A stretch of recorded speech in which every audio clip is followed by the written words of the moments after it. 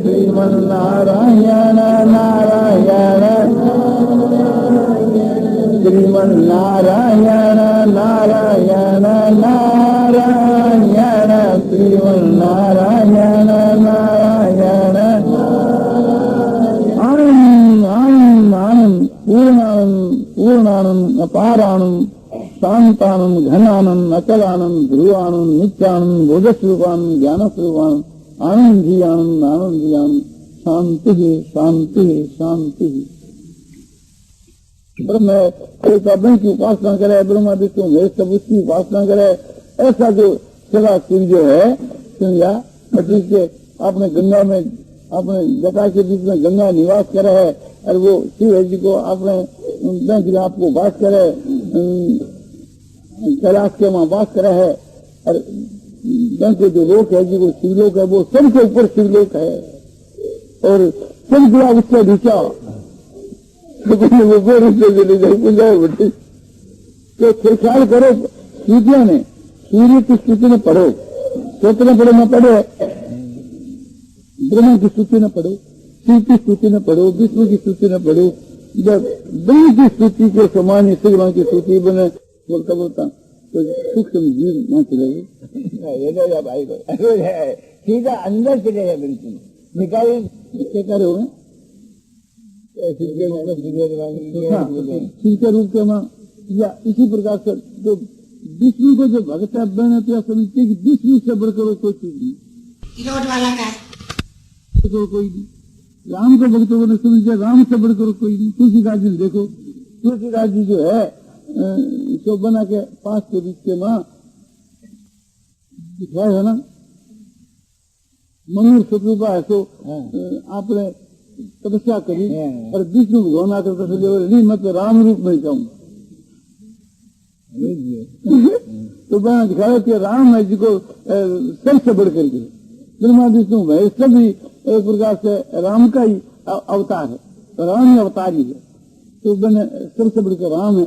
इसी प्रकार से थी समझो कि मैंने जो दिक्कत जो केवल बगुल नाम रह गयो और सारी बात तो ब्रह्म की उसमें घटा दी। तो इसी प्रकार से सूर्य का जो उपासक है जिसका सूर्य के भीतर में ही सब गुण संबंध सूर्य नहीं मान लिये, सूर्य भगवान ब्रह्मा विष्णु महेश के रूप में होया। आप सूर्य स्त्रोतों में देख लो क्योंकि तुम ही तो ब्रह्मा और तुम ही विष्णु तुम ही शिव और तुम ही सब हो, नहीं करे। और या जो भी भागवत है उसके बीच में ब्रह्मा विष्णु महेश सूर्य ब्रह्मा विष्णु महेश जी का आपने देवी इससे उत्पन्न हुआ है, देवी ब्रह्मा विष्णु महेश को उत्पन्न किया। ब्रह्मा विष्णु महेश जो सब देवी की शक्ति शक्ति ने ब्रह्म को रूप दे दियो, तो ब्रह्म का जो लक्षण जो ब्रह्म का सर्वोपरि भाव है सब उसमें देवी में शक्ति में सब समावेश कर दिया।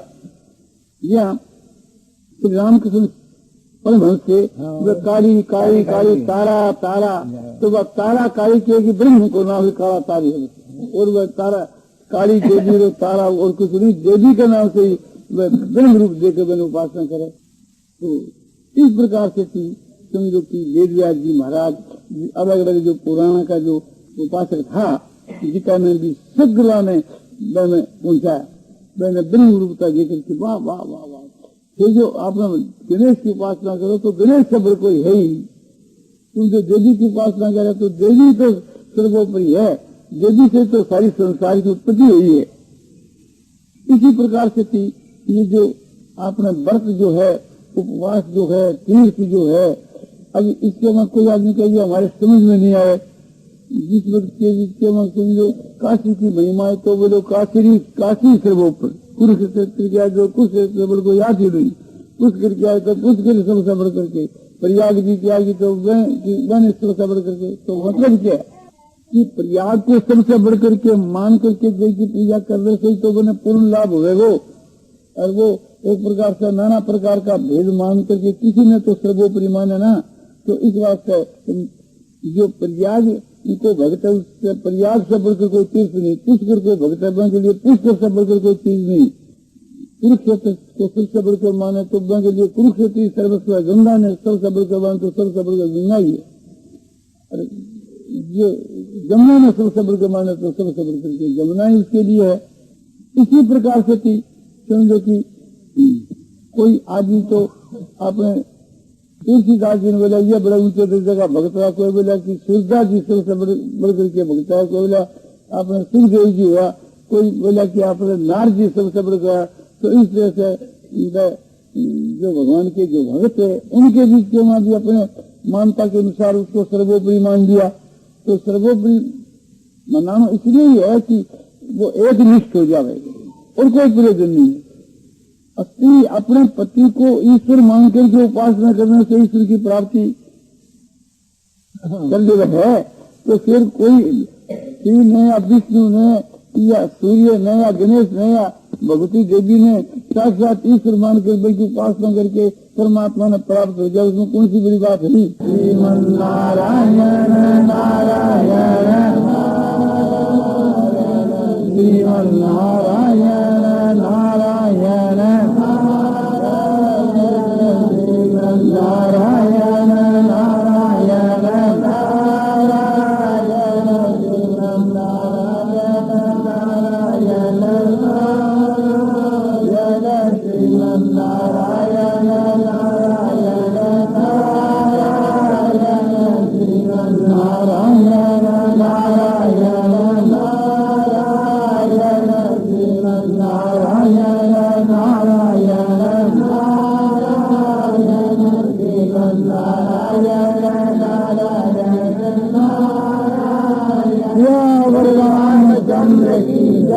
और मुदबंसी वाले की जय।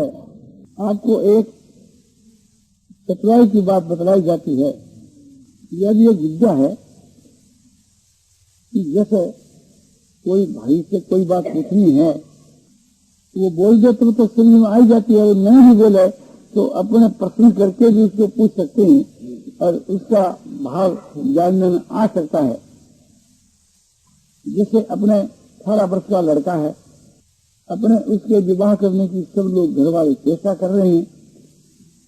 उस लड़के की इच्छा विवाह करने के विषय में है या नहीं है, यह बात जाननी है। तो उसे लड़के के सम्मुख ऐसा वातावरण या जिक्र किया जाए, पूछा जाए, अमुक ग्राम में और अमुक भाई के एक लड़की है, ऐसी अच्छी है, सुंदर है, सुशील है, पढ़ी लिखी है, तो उसके साथ से वहाँ तेरे विवाह के विषय में बातचीत कर रहे हैं और ये मंत्र को भी फागुन में विवाह की बात चल रही है। तो ये शब्द उसको सुनाने के बाद में उसने विरोध किया कि नहीं अभी मेरा विवाह मत करो, तो समय मांगी को नहीं सीखा और मौन हो गया, तो सब बात उसको स्वीकार होगी। समझ कर जो मुद्दा दे दो, तो बोला तब भी और नहीं बोला तब भी। आप बैठे हैं, मैं बैठा हूँ, मैंने कहा कि स्वर्गाश्रम में घाट बना रहे हैं, 5,000 रुपया हमने अपने कौन का तस्ता लिखा है, 300 रुपया भाई परमानंद का मांगा है, हमारा 2,000 रुपया जाना तरफ से लिख दिया है और महाराज साहब का 2,000 रुपया लिख दिया, कोई नहीं। तो समझ ठीक है, यदि एक प्रकार से विरोध कर गए तो समझे इसका बात जो कहते की वोट भी कहते ठीक है, यही तो बात है, या तो हाँ या ना या चुप। तो एक प्रकार से अपनी तरफ से उसको बात सुना दी तो वो चाहे बोले चाहे नहीं। इसी प्रकार से हरेक विषय के बीच के वहां किसी व्यक्ति से कोई बात पूछनी हो, वो चाहे बोले चाहे नहीं बोले, उसके हाथ भाव से, कटाक्ष से, उसकी चेष्टा से और उसके चेहरे के भाव से ये समझ में आ जाता है कि ठीक है इस विषय में इसकी क्या सम्मति है, बोले तो और नहीं बोले। यह एक चतुर्थाई की बात आपको बताई। इसी प्रकार की बात यदि भगवान से पूछनी है, जैसे सब सामने बैठे हैं ना, तो उनसे पूछने में तो कोई कठिनता नहीं आई। तो भगवान तो आप आंख के सामने नहीं है, इस विषय में भगवान की क्या राय है, कोई भी बात हम पूछें कि वर्तमान के बीच के वहां गांव के ऊपर संकट आ रहा है, तो इलेक्शन होने वाला है, किसको वोट देना चाहिए, किसको नहीं देना चाहिए, भगवान की हम सम्मति ले रहे तो कैसे ले? हम मन में विचार करने लगे, ऐसा एक लेख निकालें कि वोट किसको देना चाहिए, जो गांव का सेवक है और गोवध संसार से बंद कराना चाहे उनको देना चाहिए, और किसको देना चाहिए, ईश्वर को मानने वाला है, धर्म को मानने वाला है, परलोक को मानने वाला है, उसको वोट देना चाहिए। किसको वोट देना चाहिए? भारतवर्ष के वहां वोट की बात चल रही है, तो जो भारत का जो हित चाहे, जिससे वास्तव के भीतर के बीच के में भारतवर्ष जो है ये उन्नति को प्राप्त है, असली जो उन्नति है, अध्यात्म विषय की जो उन्नति है, परमार्थ विषय की जो उन्नति है, अलौकिक की जो उन्नति है, इस विषय के बीच के में जो तत्व है उनको वोट देना चाहिए। देना किसको नहीं चाहिए? इसके जो विपरीत है, जो स्वार्थी आदमी है, घूसखोर है और मान बढ़ाई के चिंतक हैं, अपने स्वार्थ के लिए, थोड़े स्वार्थ के लिए दूसरे का मान नुकसान कर देता है, ऐसे पुरुषों को वोट नहीं देना चाहिए। जिनके हृदय में अच्छा भाव है, लोक सेवा का भाव है, और अपने तन मन धन को जिन्होंने लोक सेवा के वास्ते लगा दिया है, ऐसे जो त्यागी है, ऐसे पुरुषों को वोट देना चाहिए। ये एक लेख इस प्रकार का लिखकर तैयार किया। अब तैयार करके के अब भगवान की सम्मति ले ली कि तुम्हारी क्या राय है। अपने हृदय में एक प्रकार से वो सब बात भगवान के चरणों में रख पूछा कि हम तो किसी जाने नहीं, तुम जाने लोगे ना, हम तो प्रभु किसी जानते नहीं, आप जानो। इस विषय के बीच के वहां अब क्या करना और क्या नहीं करना, तो फिर भगवान से हम पूछ रहे हैं कि भगवान मानो पुण्य के रूप में आपने अब कह रहे हैं कि इसका थोड़ा संशोधन कर। अब संशोधन करें तो फिर पढ़ने की आवश्यकता रही, फिर शुरू से पढ़ने लगी। एक पंक्ति पढ़ी, दो पंक्ति पढ़ी, जब पढ़ते गए और जैसे वो पंक्ति अड़ गई, बोले इस जगह में यूं दी, ठीक है। पढ़ते गए आगे दूसरा प्रकरण आया, बोले इस जगह में यूं कर, आगे प्रकरण आया, बोले इसको काट। फिर अपने सिद्ध हृदय के वहाँ जो भगवान की तरफ से प्रेरणा है, जो फुरना है, एक प्रकार से उसको रखते गए और उसका संशोधन करके और उसको सिखा। भगवान की स्मृति अपने मिल गए, क्यों भगवान सबके हृदय में है महात्मा गुड़ा के सर्वभूता से सारे भूतों के हृदय में सबकी आत्मा रूप से मैं स्थित हूँ। अपनी जो आत्मा है उसमें भगवान स्थित है या आत्मा परमात्मा है मान करके उससे सलाह ले लें। सलाह देने के बाद हर वक्त तैयार ही रहे। सलाह किस प्रकार से लेनी चाहिए कि निष्काम भाव से, अपने कोई कामना में लेकर के नहीं, अपना कोई प्रयोजन नहीं, संसार का हित कैसे हो, दुनिया का हित कैसे हो, इस लक्ष्य को लेकर के भगवान से पूछा जाता है। और कोई बात भगवान उसमें जोड़ने के लिए कह गए कि इसलिए ये करनी है तो और जोड़ दो। तो इस प्रकार से अपने उस व्याख्यान को बना ले और बना करके प्रकाशित करते हैं। तो की समझ आपने मिलेगी।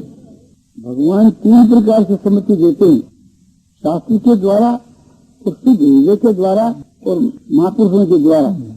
या जिन्हें अपने विश्वास है कि ये महापुरुष है, इनसे जाकर सलाह ले लें तो महापुरुष का हृदय शुद्ध है, उनके हृदय में परिवेश भगवान पालन से है ही। और वे जिस प्रकार से कि अपन सलाह दे रहे तो ठीक है। या शास्त्र से मिला ले कि इस विषय में शास्त्र क्या कहता है, और इससे जो हमारे को सलाह मिले वो भगवान की सलाह समझ करके अपने काम से आगे को बढ़ाएं। तो ये एक किसी की बात कही। और भगवान से या महात्माओं से या शास्त्र से सलाह लेने की बात थी। इसी प्रकार से थी निष्काम तरीके की एक बात आपको कही जाती है कि निर्भीक होकर के और कामना से रहित होकर के और अहंकार से रहित होकर के और ममता से रहित होकर के और आसक्ति से रहित होकर के हम कोई भी क्रिया करें वो हमारी क्रिया सर्वमान्य होगी, संसार के लिए कल्याणकारक होगी और वो सर्वोपरि समझी जाएगी। इस प्रकार की कोई भी हम क्रिया करें तो हमारे को पाप छू नहीं सकेगा। ये क्रिया हमारी आत्मा के उद्धार के लिए सहायक होगी, कल्याणकारक होगी और इसी का नाम समझो कि उत्तम दर्जे का कर्मयोग है। कर्मयोग के द्वारा भी ऐसी आपने चेष्टा होगी और सांख्य के द्वारा भी क्रिया ऐसी होगी। मानता भिन्न भिन्न होकर के ही नतीजा और परिणाम सबका एक ही होगा। इसी प्रकार से जितनी प्रकार के मैंने पहले जो साधकों की बात कही, साधन की बात कही, इस देव की बात कही, इन सब का नतीजा परिणाम भी आखिर में जाकर के एक ही होगा और वो एक होगा, वो अनेक वचनीय होगा। तो प्रथम जो उपासक है अपने उपासना के अनुसार ही अपने उपासक देव को प्राप्त करे। चाहे किसी भी देवता का उपासक हो, आगे जाकर के और सबकी जो एकता हो जाती है, सबका एक ही जो फल है वो समझो कि वाणी का विषय नहीं, मन का विषय नहीं, बुद्धि का विषय नहीं। जो उसको प्राप्त होता है वो जानता है। समझाने के लिए ये कहना है, वास्तविक के बीच के वहाँ कोई शब्द कहना बनता ही नहीं। तो इसलिए कोई मनुष्य किसी देवता की उपासना करे, किसी मार्ग से करे, योग मार्ग से, भक्ति मार्ग से, ज्ञान मार्ग से, वो प्राथमिक स्थान एक ही है।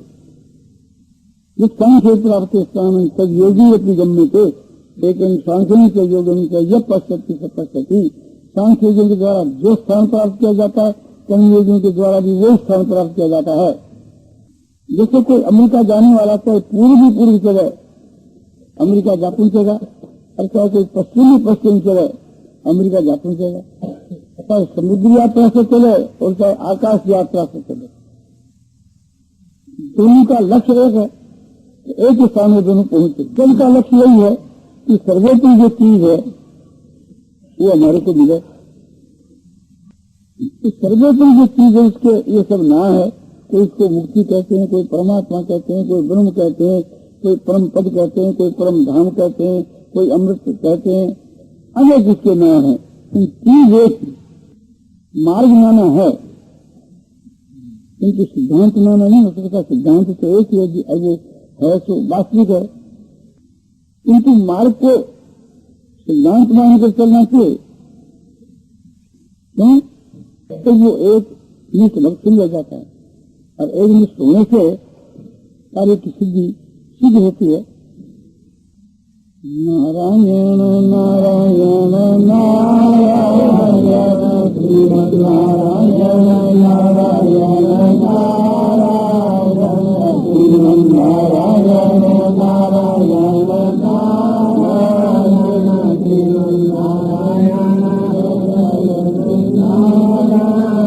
रामचंद्र की मुक्त हरेक माता बहन और भाई लोग जिस बात को अपनी बुद्धि से उत्तम समझते हैं और ये समझते हैं कि ये हमारे लिए बहुत ही लाभदायक है, उसके अनुसार यदि कार्य करे तो शीघ्र ही लोगों को कल्याण हो सके। मनुष्य जिस चीज को सबसे बढ़कर समझता है, जैसे उत्तम आचरण है, उत्तम गुण है, ईश्वर की भक्ति है, ज्ञान वैराग सदाचार है, इनको उत्तम समझता है और फिर इसका यदि पालन करे तो शीघ्र ही उद्धार हो जाए। और जिस बात को खराब समझता है कि झूठ कपड़े चोरी आदि जो दुराचार है, काम क्रोध लोभ मोह आदि जो गुण है, उनका त्याग करना बहुत ही आवश्यक है। और जो आलस निद्रा प्रमाद भोग पाप दुर्व्यसन आदि जो खराब बातें हैं, जिनका त्यागना अपने बुद्धि में विवेक में आता है कि यह त्याग करने योग्य है, इसका त्याग करना बहुत ही लाभदायक है। तो सब दुर्गुण दुराचार और दुर्गुणों को खराब समझ करके फिर इसका नहीं त्याग करना है, ये अपने आप का अपने आप के द्वारा पतन करना है।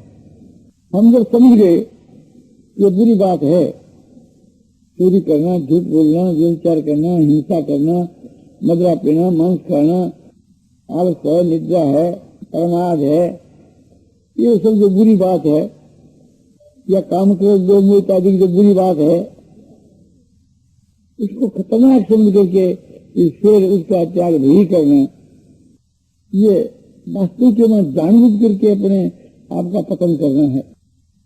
और जो अच्छी बात है उसका सेवन नहीं करना, ये करना, दान देना, तप करना, जैसे ईश्वर का भजन, ध्यान, सत्संग करना, रोजगार करना, ये सब अच्छी बात है। ये समझ करके भी नहीं करना है, ये मूर्खता है और अपने लिए दुख की बात है, शोक की बात है, लज्जा की बात है और महान हानिकर है। ये भी एक प्रकार से अपने आप का पतन ही करना है। ईश्वर ने हम लोगों को विवेक दिया है, बुद्धि दी है, ज्ञान दिया है। उस विवेक, बुद्धि और ज्ञान के द्वारा जिस चीज को हम श्रेष्ठ समझे उसको काम में लाना ही अपना बुद्धि विवेक और इनको आदर देना है। और इसका ठीक उपयोग नहीं करना, समझ करके ठीक उपयोग नहीं करना, अपने विवेक और बुद्धि का अनादर है, उससे इसका पतन हो जाता है। भेदात्मनात्मा नहीं, भगवान ने गीता की 6वें अध्याय के 5वें श्लोक में कहा कि अपने आत्मा का अपने आप के द्वारा उद्धार करना चाहिए। ये उद्धार करना है कि जिसको हम शास्त्र दृष्टि से, अपने विवेक दृष्टि से, विचार की दृष्टि से जिस काम को अच्छा समझे उसको तत्परता के साथ करें। ये अपने आप के द्वारा अपने आप का कल्याण करना है। और जिसको बुरा समझे उसका त्याग करना है, ये भी अपने आप का कल्याण करना है, अपने आप के द्वारा अपने आप का। परमात्मा की प्राप्ति पापी से पापी को, मूर्ख से मूर्ख को सहज नहीं हो सकेगा। उसके लिए कोई विशेष समय नहीं लगता और शरीर दृढ़ हो रहा है, यह आश्चर्य की बात है। देखते देखते बहुत से आदमी अपने मर रहे हैं और यमलोक को जा रहे हैं, क्योंकि ध्यान आदमियों को रोज रोज यमलोक को जाते देख करके भी अपनी जो मृत्यु नजदीक नहीं दिखती। महाराज युधिष्ठिर ने यक्ष के प्रति कहा कि ये आश्चर्य की बात है। महाभारत के वन पर्व के अंत में इसी प्रकार से ये भी आश्चर्य की बात है, जिसको हम अपने लिए कल्याणकारक समझते हैं, बहुत अच्छी बात समझते हैं, जो हमारे लिए अच्छी बात समझते हैं, जो हमारे लिए इस लोक और परलोक में सहायक है, ऐसा समझ करके भी इसकी जो अवहेलना करते हैं, विरोध करते हैं, ये भी पूरी आश्चर्य की बात है। ऐसा क्यों हो रहा है? हम लोगों के अंदर जो विश्वास की कमी है, श्रद्धा की कमी है, आत्मबल की कमी है, इस कमी के कारण ये हमको इसका दंड भोगना पड़ता है। इन सब बातों को सुनकर के और खूब देश ला करके और परमात्मा की प्राप्ति के लिए प्राण पूजन जैसा करनी चाहिए। 80 पुत्र, धन, रुपया और ये सब मिट्टी में मिलने वाले हैं और देखते देखते सब सुराहा हो रहे हैं और बाकी जो बच्चे होने वाले हैं। नारायण नारायण नारायण श्रीमन नारायण नारायण नारायण रामचंद्र की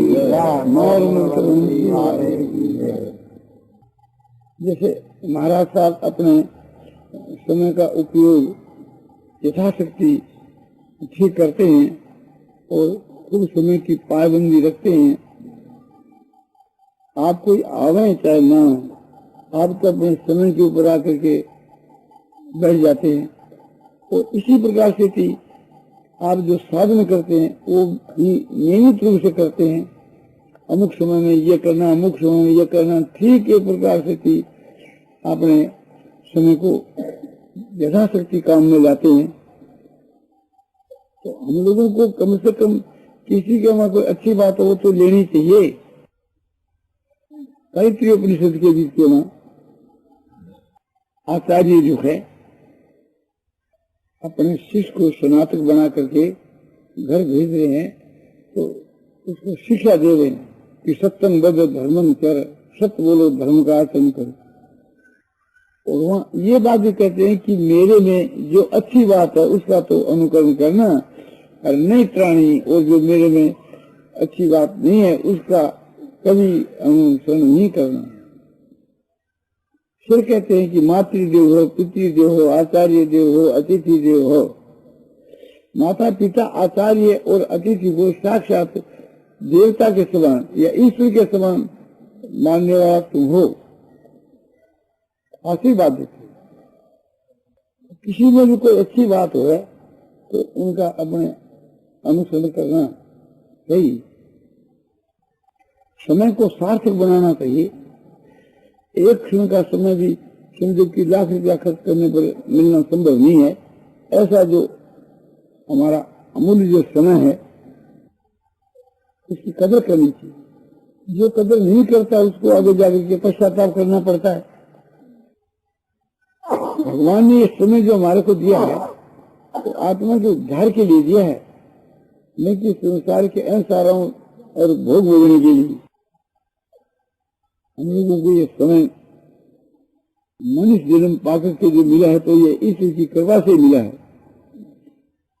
तो जो समय बीत गया तो बीत गया, जो बचा हुआ समय है उसको सार्थक बनाना चाहिए।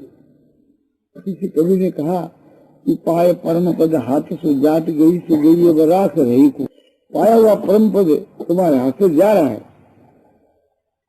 जो तुम्हारी आयु बीत गई वो तो बीत गई, अब बच्ची हुई जो आयु उसकी तुम रक्षा करो। जय सीता राम सीता राम सीता राम जय सीता राम जय सीता राम सीता राम सीता राम जय सीता राम जय सीता राम सीता राम सीता राम जय सीता राम जय सीता राम सीता राम सीता जय सीता जय सीता राम सीता राम सीता राम जय सीता राम जय सीता राम सीता राम सीता राम जय सीता जय रामचंद्र की जय और मुगलवंशी वाले की जय। जो स्वाधीन माता बहनें हैं उनको अपना जीवन किस प्रकार से बिताना चाहिए वो सार बात बहुत संक्षेप से ही आपको बता देता।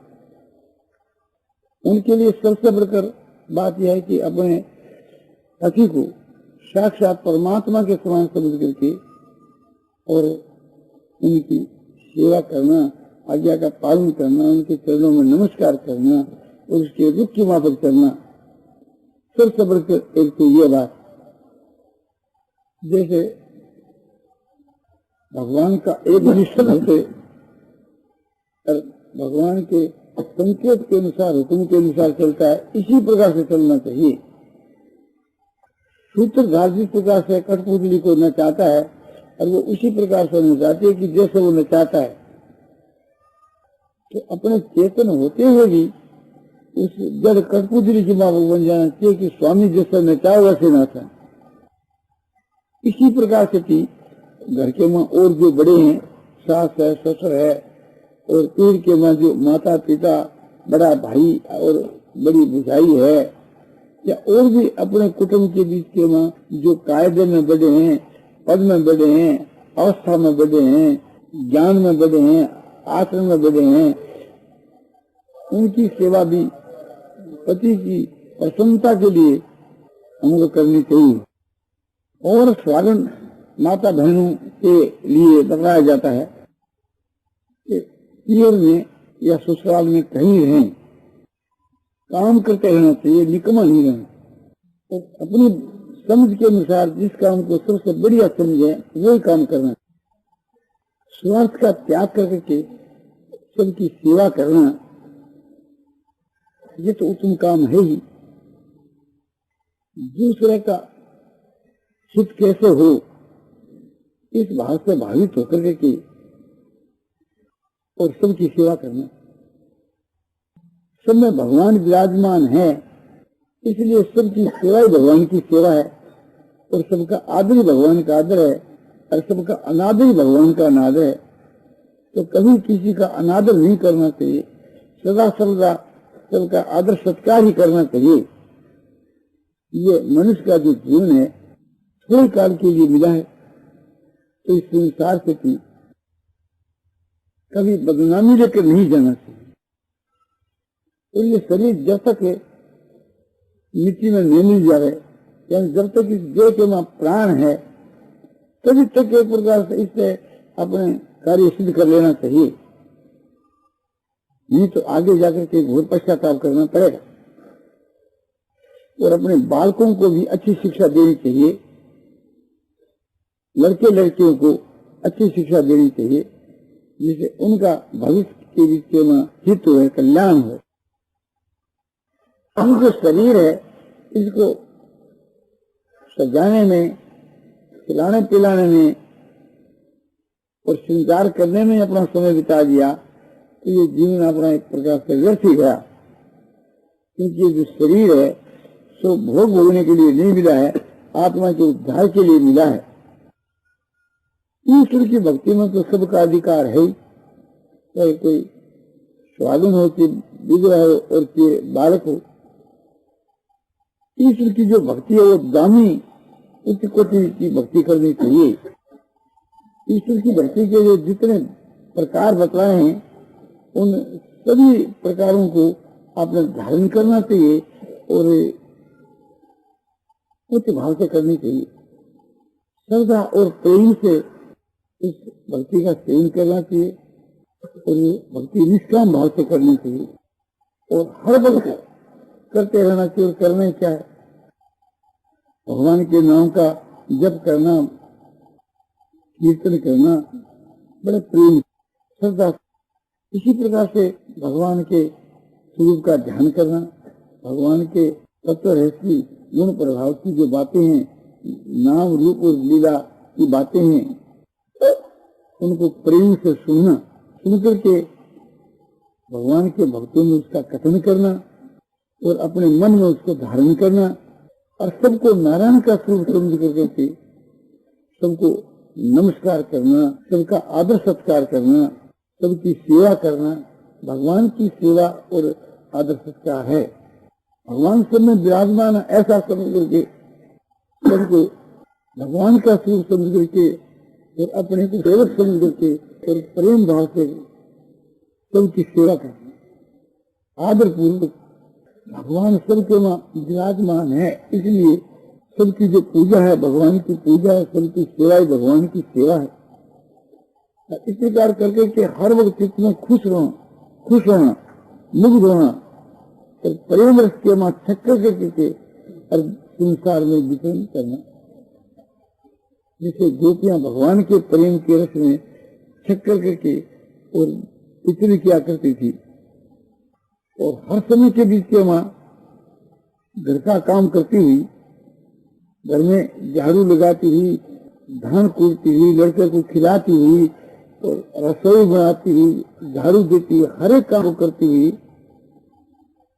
और भगवान के नाम का जप और कीर्तन और ध्यान करती रहती थी। इसी प्रकार करते रहना चाहिए। अब जो है विधवा माताओं के लिए कहा जाता है और विधवा माताओं के लिए जो बात है, करीब करीब वो बात जैसे जो साधक है उनके लिए भी वो लागू पड़ जाती है। विधवा माता बहनों को ऐस आराम, स्वाद, सुखी भी, भोग विलास और उनका एक दिन कतई त्याग कर देना चाहिए।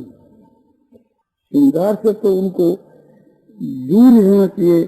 दूसरी जो श्रृंगार करने वाली स्त्रियां हैं उनके संग से भी दूर रहना चाहिए। और सदाचार और जो सद्गुण है, उत्तम जो व्यवहार है और उत्तम जो आचरण है, उनको अमृत के समान समझ करके उनका पान करना चाहिए। जैसे दान देना, तपस्या करना और ज्ञान है, वैराग है, ईश्वर की भक्ति है, इन सबको अमृत के समान समझ करके इनका सेवन करना चाहिए। और ये एक नियम लेना चाहिए कि ससुराल में रहो कि अपने पीर में रहो, घर का काम करके ही भोजन करना चाहिए। सबको भोजन खिला के भोजन करना, सबके लिए भोजन बना करके और सबको भोजन खिलाना एक ही नंबर बात है। इससे भी बढ़कर ये बात है कि घर में जो जूठे बर्तन है उनको मांजना, तो ये भाव मन में लाना कि मानो मैं भगवान के ही जूठे बर्तन मांज रही हूँ। किसी को इस प्रकार की सेवा मिल जाए तो उसका अहोभाग्य।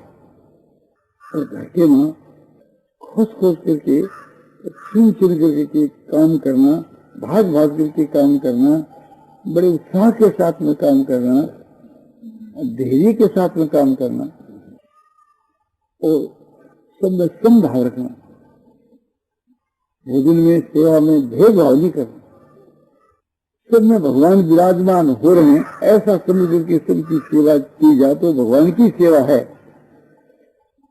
जैसे अपने अपने कर्मों के द्वारा ब्राह्मण, क्षत्रिय, वैश्य, शूद्र सब में नारायण बुद्धि करके जो सेवा करते हैं और वे अपने सिद्धि को प्राप्त होते हैं, इसी प्रकार से स्त्रियां भी समझे कि अपने अधिकार के अनुसार और सबकी निष्काम भाव से सेवा करें तो उनका शीघ्र कल्याण हो सकता है।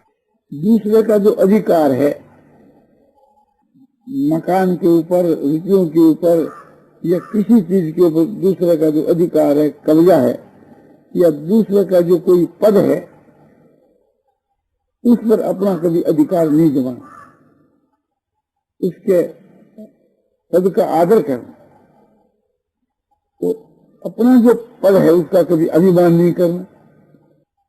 अपने अधिकार के में जो चीज है उसको यह समझना चाहिए कि सब चीज भगवान की है और भगवान की सेवा के काम में लग जाए तो इससे बढ़कर क्या बात। क्योंकि धन और ऐश्वर्य और मकान ये सब कोई साथ में तो जाने वाले हैं नहीं, यहीं रह जाएंगे। तो जब तक अपना इसके ऊपर अधिकार है तब तक एक प्रकार से इससे अपना काम बना लेना चाहिए और दूसरों की सेवा में लगाना ही अपना काम बनाना है। भगवान ने ये सब चीज देकर के हम लोगों को मौका दिया है, इनको सबको साधन बना लेना चाहिए, भगवान की प्राप्ति का साधन। और जो विधवा माताएं हैं उनको अपने मन इंद्रियों को संयम करना चाहिए। मन और इंद्रियों को विषयों से हटा करके जो संयम करना है, बस में रखना है, ये उनके लिए तप है। इस प्रकार की क्रिया, परोपकार की और तपस्या की क्रिया जो है वो कल्याण करने वाली है। बड़े उच्च भाव से करनी चाहिए, निष्काम भाव से करनी चाहिए और प्रेम भाव से करनी चाहिए, श्रद्धा पूर्वक करनी चाहिए। जैसे कोई महात्मा की सेवा मिल जाए, सच्चे महात्मा की, बनावटी महात्माओं की नहीं, महात्माओं का स्वांग नहीं, स्वांगधारी महात्माओं की नहीं, वास्तव में जो सच्चे महात्मा है, महात्माओं की जिनमें गुण है, ऐसे पुरुष की सेवा मिल जाए तो कितनी प्रसन्नता और कितना आनंद होता है।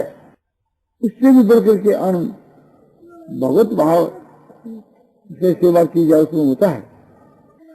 घर के में कोई भी पदार्थ है भोगने के योग्य, वो दूसरों को देना और खुद उसका उपभोग नहीं करना। और बिल्कुल उपभोग नहीं करने पर घर वालों को असंतोष हुए तो उनकी राजी के लिए, उनको सुख पहुंचाने के उद्देश्य से स्वीकार करना भी कोई दोष की बात नहीं है। आजकल के समय के बीच में विधवा माताओं के ऊपर विशेष संकट है। उनका जो धन है, उनका जो गहना है, रुपया है, उनके पास में जो कपड़ा है, भले आदमी को छोड़ करके वो से तो ऐसे पीर वाले होते हैं कि वो हड़पना चाहते हैं। और ससुराल वाले भी पीर के बीच के माता पिता जो है, ये तो एक प्रकार से ऐसा नहीं चाहते। तो जहां तक होता है इसको सुख पहुंचाना नहीं चाहते। तो ससुराल के बीच के जो भले आदमी होते हैं, उनको छोड़ करके जो अच्छे सास ससुर होते हैं, ये तो एक प्रकार से दुख देना नहीं चाहते। और बाकी तो एक प्रकार से समझो कि उसको देख देख करके और जलते रहते हैं और उसको घृणा की दृष्टि से देखते हैं, हे की दृष्टि से देखते हैं, क्योंकि ये सब उनकी मूर्खता है। आज किसी नौकरनी को रखें तो वो भोजन भी करती है, वस्त्र भी लेती है, रुपया भी लेती है।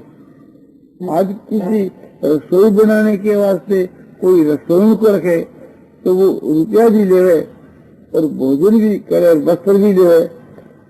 और ये बिना रुपया के, बिना तनख्वाह के समझो कि अपने मजदूर की माफक काम करती है, एक रसोई की माफक काम करती है, उसका तो विशेष आदर करना चाहिए। बल्कि पति जिसका शांत हो गया, ऐसी जो स्त्री है वो तो आदर करने के योग्य है, आदर करने के योग्य है ऐसी स्त्री। वो तो विधवा अगर अपने धर्म का पालन करती है, उसकी सेवा से सेवा करने वालों का हृदय शुद्ध हो जाता है। या तो एक देवी के समान है, देवी भगवती के समान है, जो पतिव्रता स्त्री जैसे इस लोक और परलोक में पूजनीय है, उससे भी बढ़ करके विधवा स्त्री अपने धर्म के पालन करने वाली उससे बढ़ करके पूजनीय है, वो सती है। विशेष करके पूजने के योग क्यों है कि स्वागन जो स्त्री है वो तो ऐसा आराम और भोगों के बीच के पति के साथ लिपायमान भी हो सकती है, किंतु विधवा स्त्री तो स्वरूप से इस सब ऐसा आराम स्वाद शौकीनी का त्याग कर देती है, श्रृंगार का त्याग कर देती है और भोगों को लात मार करके और एक तपस्वी की मां पकड़ करके अपना जीवन बिताती है। जैसे कोई महात्मा जो पुरुष है, योग मुक्त पुरुष है, भगवान का भक्त है, तपस्वी है, ऐसा उच्च कोटि का जो पुरुष है, उसके जैसे दर्शन से, भाषण से, सफर से, मन से पवित्र होता है, उसके उनसे पुण्यात्मा होता है। इसी प्रकार से जो ऐसी स्त्री जो है साधक व्रत, महात्माओं की जो व्रत है,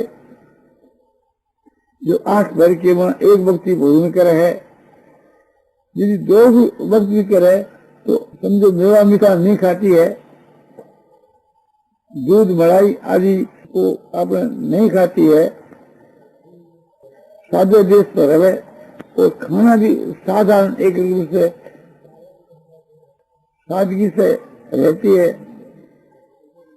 और खाना पीना भी सादगी का करती है और तपस्या करके अपना जीवन बिताती है और भजन ध्यान करके अपना जीवन बिताती है। ऐसी विधवा स्त्री उन्हें तपस्वी और भक्त और साधुओं से कम नहीं है। हर एक माता बहनों को, जो स्वाधीन माता बहन है, उनका ये कर्तव्य होता है कि घर के में जो कोई विधवा स्त्री तो उसका आदर करना, सत्कार करना, उसकी सेवा करना और भजन ध्यान के लिए उसको मौका देना। उनकी सेवा एक साधु महात्मा की सेवा से बढ़ करके है। क्यों आजकल साधु महात्मा तो साधु महात्मा बहुत कम मिलते हैं और वो वास्तु के घर के ये कि ऐसी व्रत साध्वी स्त्री वो महात्माओं के तुल्य ही है। पुरुषों को उचित है कि उनके धन की रक्षा करना और उनको हर प्रकार से सुख पहुंचाना। सुहागन स्त्री यदि विधवा का तिरस्कार करे और विधवा स्त्री उस दुख से दुखित होकर के रोती है और उसको साप दे देती है, किसी समय का साप दिए तो सत्य हो जाता है। तो हर एक सुहागन माता बहनों को विधवा स्त्री का सत्कार करना चाहिए, उससे ये मन में भय करना चाहिए कि ये कभी हमारे को साप न दे दी।